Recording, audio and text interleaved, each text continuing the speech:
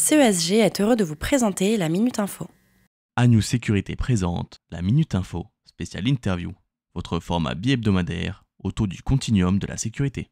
Agnew Sécurité vous propose dans cette interview de découvrir LogSelf, première solution française de coffre-fort numérique certifiée par l'ANSSI, et notamment Pierre Angdé, directeur des opérations chez LogSelf. Ensemble, nous reviendrons sur la publication de la première édition du baromètre de la gestion des mots de passe en entreprise par la startup. Présentez-vous et LogSelf. Moi, je m'appelle Pierre Rangdet, donc je suis directeur des opérations chez LogSelf, avec depuis 2 ans un gros focus sur notre capacité à positionner LogSelf comme un acteur de référence au sein de l'écosystème cyber, et puis plus précisément auprès des DSI et RSSI qui sont nos interlocuteurs privilégiés.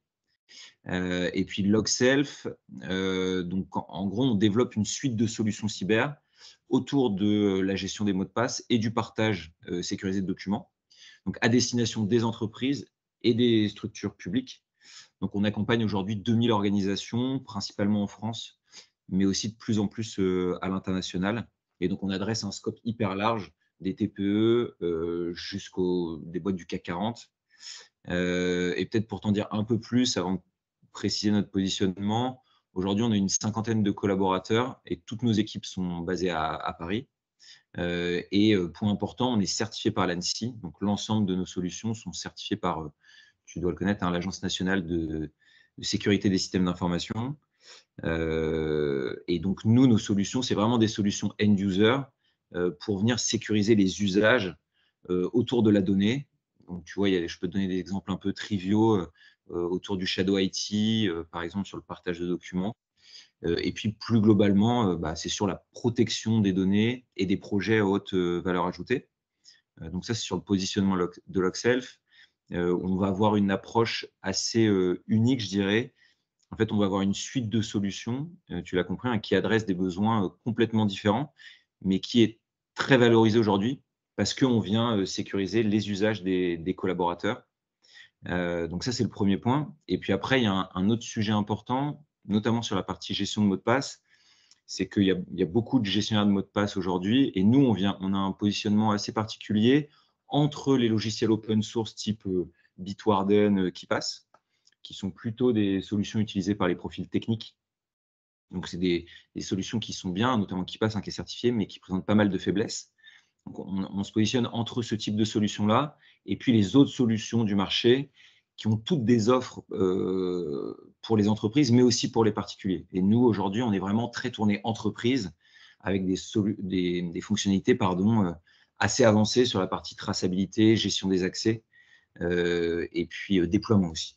Pourquoi avoir réalisé ce premier baromètre? Alors en fait, ce baromètre, il intervient dans un contexte où le gestionnaire de mots de passe devient vraiment une commodité, c'est-à-dire qu'il y a de plus en plus de demandes autour des outils de gestion de mots de passe. Et donc, on a voulu faire un état des lieux auprès de nos clients pour savoir quels étaient les attendus, où est-ce qu'ils en étaient en termes de maturité autour de ces questions-là. Qui sont hyper importantes aujourd'hui parce que le gestionnaire de mots de passe permet de limiter les portes d'entrée en cas d'attaque. Et donc, on a voulu un peu montrer à la fois un état des lieux, mais aussi d'où partaient finalement les entreprises, que ce soit les TPE, on y reviendra peut-être après, ou les entreprises plus matures sur le sujet. Quel est le niveau de maturité cyber des entreprises? Le niveau de maturité cyber, il est hyper hétérogène. Aujourd'hui, les sujets cybersécurité sont adressés depuis quand même pas mal de temps par un certain nombre d'entre elles. Mais on a notamment les TPE qui prenaient pas le temps parce que les dirigeants sont principalement focus sur leur chiffre d'affaires, adressaient pas cette problématique-là.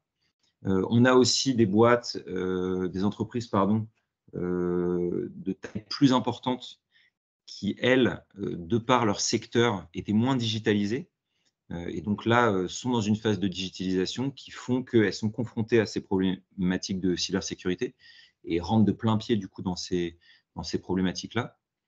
Et puis après, on a des entreprises qui, elles, sont beaucoup plus matures parce que, alors je vais vous donner des exemples, hein, mais par exemple, les ESN dans le secteur financier, voilà, tous ces secteurs-là ont une maturité plus forte. Et donc, voilà, pour répondre à ta question, c'est hyper hétérogène encore aujourd'hui, quoi.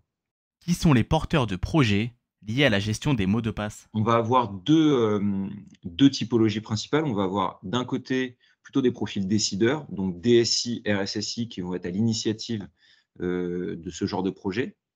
L'autre typologie de population, ça va être plutôt des profils opérationnels, type administrateur système, ingénieur système et réseau, qui, eux, utilisent beaucoup le gestionnaire de mots de passe et qui vont être moteurs, qui vont remonter le besoin à leur direction pour que ça soit installé. Et puis, il y a une troisième typologie, c'est les dirigeants d'entreprises, donc là plutôt de TPE, PME, qui, eux, vont être de plus en plus sensibilisés, hein, parce que maintenant, les cyberattaques sont relayées dans beaucoup de médias et pas seulement des médias spécialisés. Donc, eux aussi sont sensibilisés et vont être proactifs sur ces projets. Donc voilà, trois catégories, plutôt des profils techniques mais décideurs, des profils plus opérationnels, et puis ensuite les dirigeants sur des structures un petit peu plus petites, type TPE, PME, quoi. Quels sont les critères privilégiés pour choisir un gestionnaire? Ce qu'on a vu, ce qui était assez intéressant, c'est qu'il y a globalement, alors nous, on a je dirais une majorité aujourd'hui d'entreprises et de structures françaises, hein. Et donc, le gros point qui est mis en avant par ces structures-là, c'est la certification de l'ANSSI, d'accord? Donc finalement, pourquoi c'est important pour eux? Parce que ça atteste que les mécanismes de chiffrement qui sont utilisés sont robustes et sont utilisés à l'état de l'art. Donc ça apporte de la réassurance en termes de sécurité.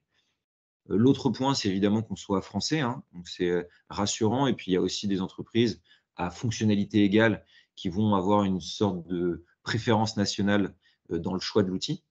Et puis ce qu'on voit aussi, ce qui ressort de l'étude, hein, c'est la partie gestion des accès. Aujourd'hui, il y a un vrai besoin de venir contrôler la gestion des accès, c'est-à-dire le qui a accès à quoi. Être en mesure de dire, bon, OK, moi dans mon entreprise, telle équipe, tel collaborateur a accès à la bonne ressource au bon moment.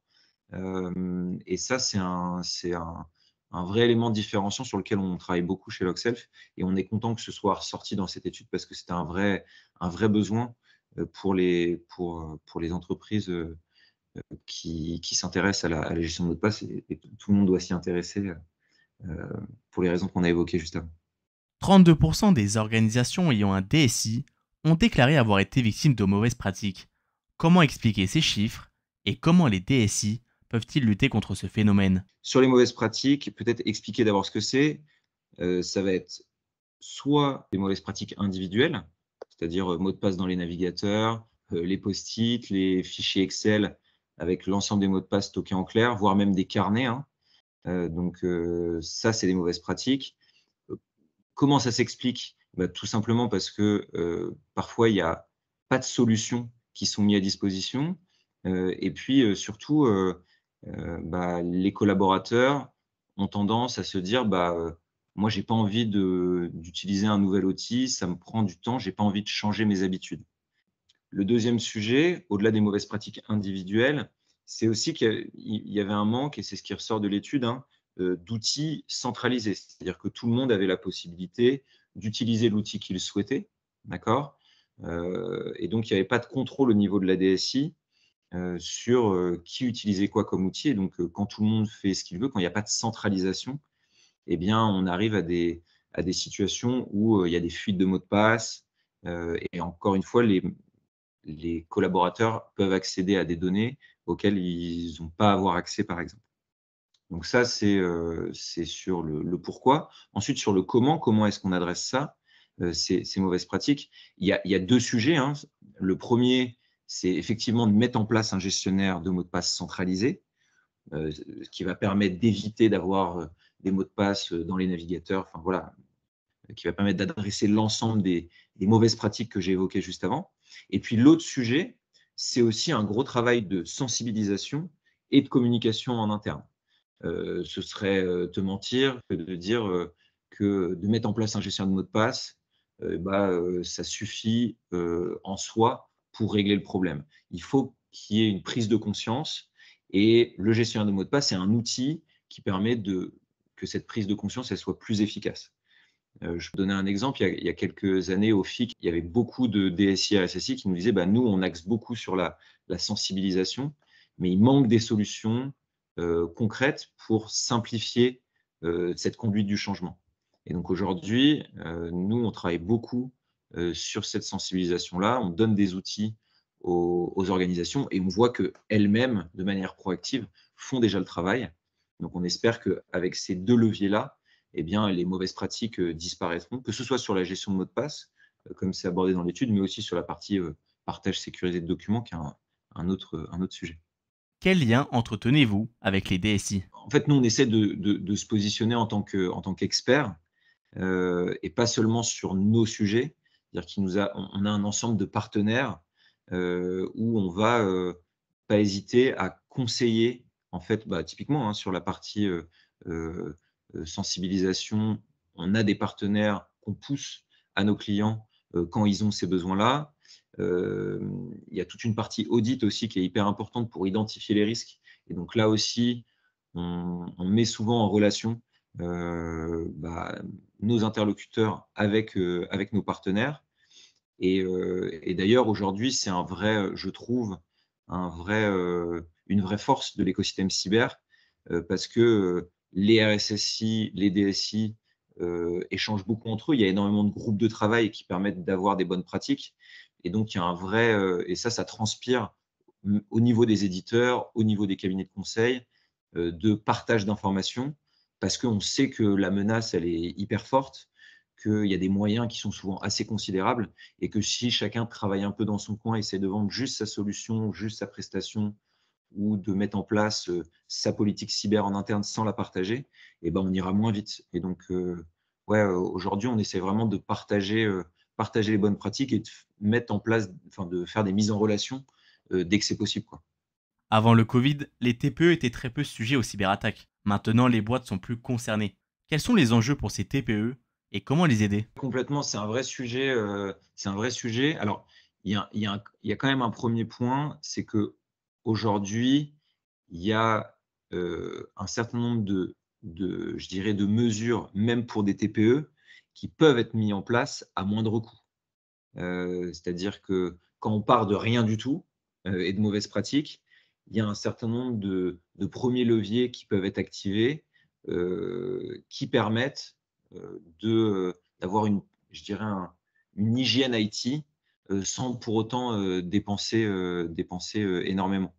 Donc ça, c'est le premier point. Le second point, sur la partie, vraiment, je dirais financière, c'est que les TPE, l'air de rien, ont quand même compris que l'impact d'une attaque, au niveau financier peut être hyper fort et donc d'investir un petit peu dans des solutions cyber et finalement, c'est quelque chose qui est complètement entendable quand on sait ce que ça peut engendrer, on a des exemples quasiment quotidiens, hein, de TPE qui sont obligés de mettre la clé sous la porte parce qu'elles ont perdu leur fichier client et puis sans fichier client, je peux tout simplement pas bosser.